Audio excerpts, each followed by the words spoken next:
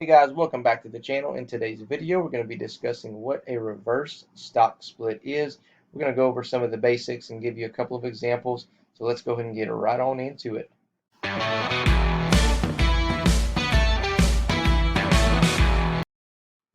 Okay guys, so before we actually get into a reverse stock split, I think it's important that we understand what a stock split is. So a stock split or stock divide increases the number of shares in a company. A stock split causes a decrease of market price individual shares, not causing the change of total market capitalization of the company. Stock dilution does not occur. So what in the heck does that mean? Well, that means if you own a certain amount of shares of a company and the company decides to do a stock split, well, basically, you're going to end up with more shares of that company. Okay. Well, what's going to happen on the flip side of that is whatever the company is, the price per share is, that's actually going to go down. Okay. So it kind of balances itself out, giving you more shares, decreasing the price per share, and it's going to end up with the exact same value at the end of the day. Let me show you what I'm talking about. So in this example here, you own 100 shares of Tesla at $1,000 per share. If you do 100 times 1,000, you get $100,000. Okay. They decide to do a 5-for-1 stock split.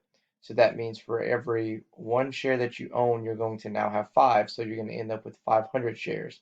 And now instead of $1,000 per share, you're going to divide 1,000 by 5, and it's going to take your price per share down to 200. Okay.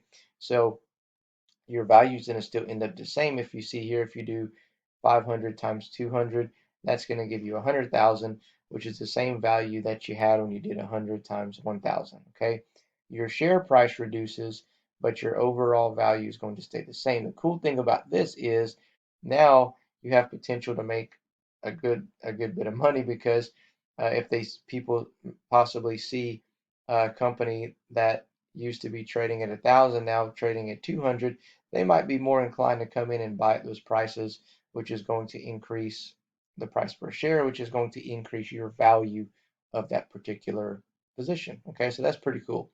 Now it's important to understand the reverse stock split, but if you understand what just went on here, this next part's going to be pretty simple.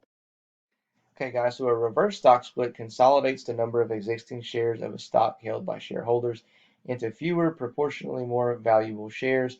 A reverse stock split does not directly impact a company's value. It does, however, often signal a company is in distress since it raises the value of otherwise low-priced shares. Remaining relevant and avoiding being delisted are the most common reasons for corporations to pursue this strategy. So it's basically a stock split in reverse, hence the name reverse stock split. Okay. Your number of shares are going to go down that you own, but the value in the price per share is going to go up. So let me give you an example of that. All right, guys. So pretty much everything about this is in reverse. So remember how earlier we said that we wanted to, to figure out how many shares we're going to end up with, we would multiply our shares by whatever number we're splitting into. Well, this is going to kind of be the opposite. So if I own 100 shares of TSNP and they're valued at $1.25 per share, company does a 1-for-5 reverse split, which means now for every 5 shares you own, you only own one. Okay, so I would get that number by taking the 5, dividing it into my number of shares. So I'd have 100 divided by 5, which gives me 20. So now instead of 100 shares, okay, I now only have 20.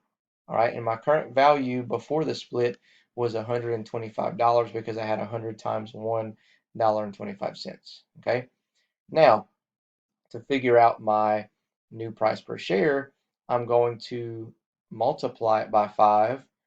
So 1.25 times 5 gives me $6.25 a share. And then I can now multiply that by my new number of shares, which is 20.